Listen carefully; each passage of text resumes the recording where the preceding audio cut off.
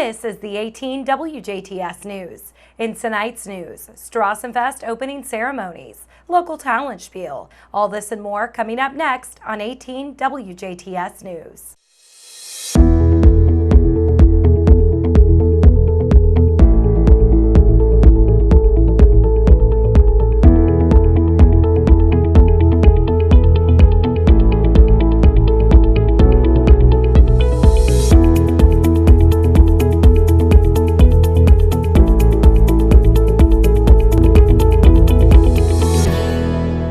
Thanks for tuning in. I'm Jenna Schaffer with the WJTS News.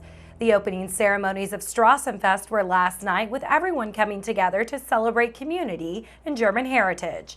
News correspondent Zach Ruber was able to speak with multiple people about Strassenfest and how the fest is able to bring the city of Jasper together. To an outsider, the Strassenfest may seem like a small-town celebration. However, to the city of Jasper, it's so much more than where people can just eat bratwurst, wear lederhosen, and dance the night away to polka music.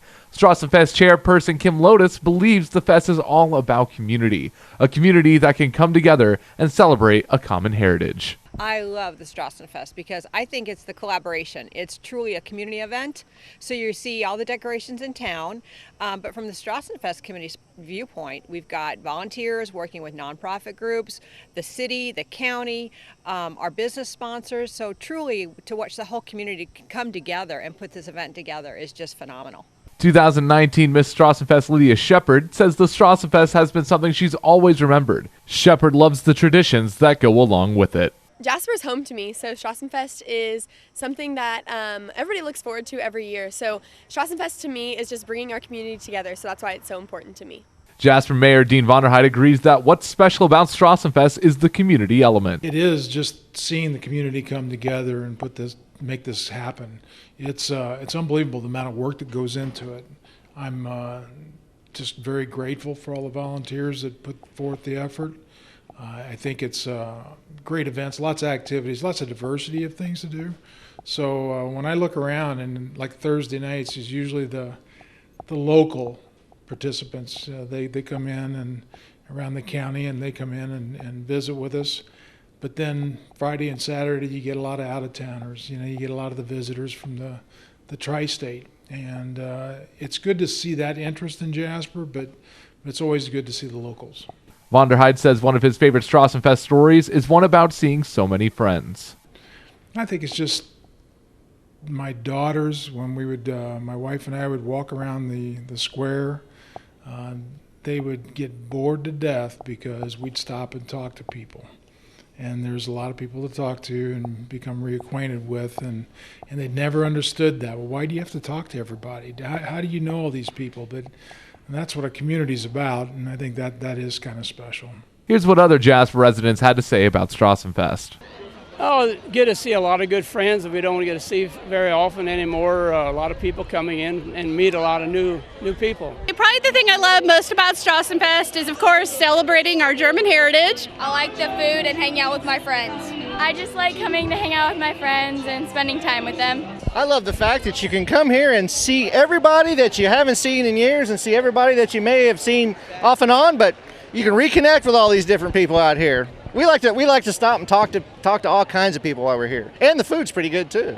Whatever your reason is for attending Strassenfest, you're sure to enjoy yourself. Strassenfest runs until this Sunday. Reporting from the Jasper Strassenfest, I'm Zach Ruber.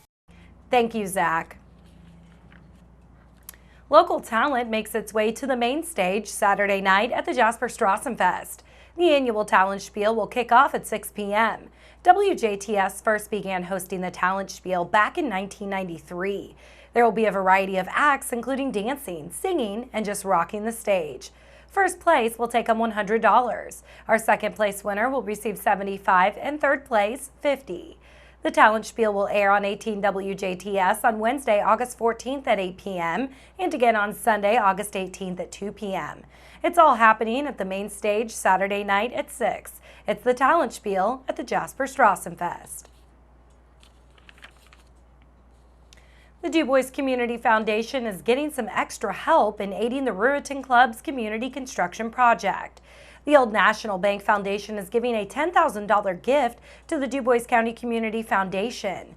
This money will help the DuBois Ruritan Club finance the construction of a community center in DuBois. You can see what the Jasper Regional President Tom Crodel and the Foundation President Janet Bass had to say about this by heading to our website, WJTS.tv.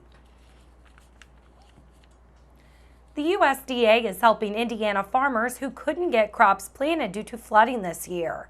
USDA's Natural Resources Conservation Service is offering a special Environmental Quality Incentive Program sign-up for Hoosier farmers. This sign-up provides technical and financial assistance to help farmers plant cover crops instead of letting fields go unplowed and uncovered. The deadline to apply is August 9th. Funding for the program is statewide. This program comes after excessive moisture and flooding this year prevented or delayed planting on many farms in Indiana. Many were unable to plant crops by the final planting date or have had significant delays in planting. Fields that left saturated for a long period of time can lose important soil organisms. Unplanted fields without crop coverage are more prone to soil erosion and nutrition loss. This can increase pollution of nearby lakes and streams. For more information about the NRCS and their services, go to nrcs.usda.gov.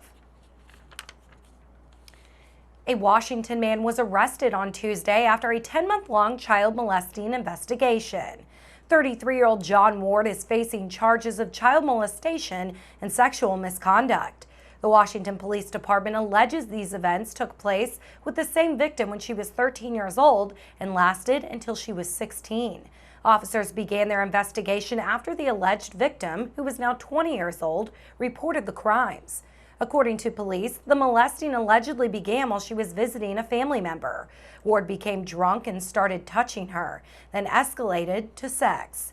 The victim says she was in high school when it began. She told officers that Ward had sex with her in different places, including an apartment and his car. She then told officers that she became involved in drugs and became suicidal.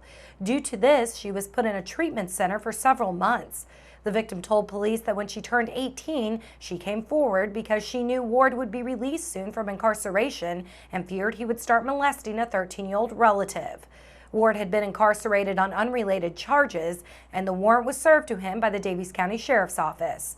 The warrant charges him with child molestation and 2 counts of sexual misconduct with a minor. A Jasper man is behind bars after a domestic dispute early Wednesday morning.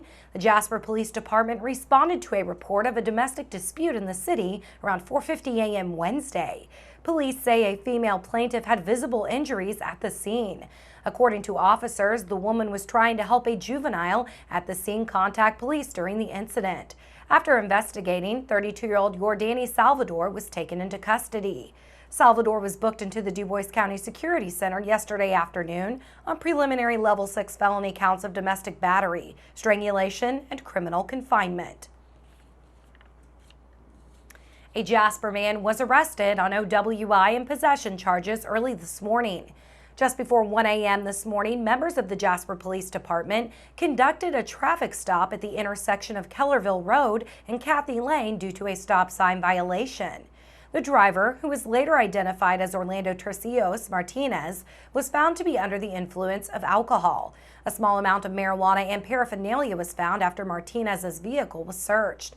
Martinez was arrested and charged with OWI, possession of marijuana, and possession of paraphernalia. Orlando was transported to the DuBois County Security Center. The DuBois Branch Library is hosting an Indiana Scholar in a few weeks. Dr. Emily Warnell will speak at the library on Tuesday, August 13th at 6:30 p.m. Her talk, Myths and Facts, the Reality of Immigration in Indiana and Beyond, will give insights into how immigration affects those in rural Indiana today and what we should consider for the future. Dr. Warnell is a research assistant professor at the Indiana Communities Institute in Ball State University. The doctor works with the Center for Business and Economic Research and Rural Policy Research Institute for State Policy. She also specializes in inequality and population change in rural communities. The DuBois Branch Library is just one of the 24 organizations across the state selected by Indiana Humanities to host a Hoosier Scholar. The event is free and open to the public. For more information, contact the DuBois Branch Library branch manager, Anita Murphy, at 812-678-2548. The sons of country music icon Merle Haggard will perform at the Lincoln Amphitheater next week. Ben and Noel Haggard, the Sons of Country Music Hall of Fame member Merle Haggard, will perform in Lincoln City at the Lincoln Amphitheater on Saturday, August 10th. Lincoln Amphitheater director Mark Stezik says it's not often to see a family with such a rich musical heritage. He recommends getting tickets as soon as possible before the show sells out. A limited number of seats remain for $23.95 a ticket. Tickets can be purchased online at lincolnamphitheater.com or by calling 812-937-2329. The owner of the Newburgh Soccer Academy has been arrested on child seduction charges.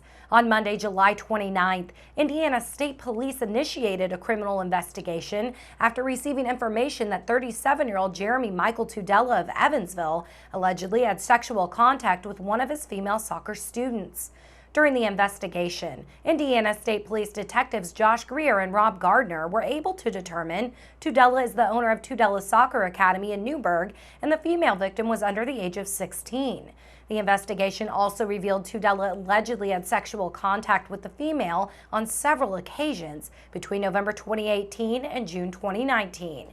After reviewing the investigation, the Vanderburgh County Prosecutor's Office issued a felony warrant for Tudela's arrest. Yesterday at approximately 1:30, Tudela was arrested near his residence without incident and taken to the Vanderburgh County Jail, where he is currently being held on a $20,000 cash bond. Tudela is charged with 4 Class 5 felony counts of child seduction and a Class A misdemeanor count of intimidation. Stay tuned. Weather, sports, and inform are coming up next on 18 WJTS News.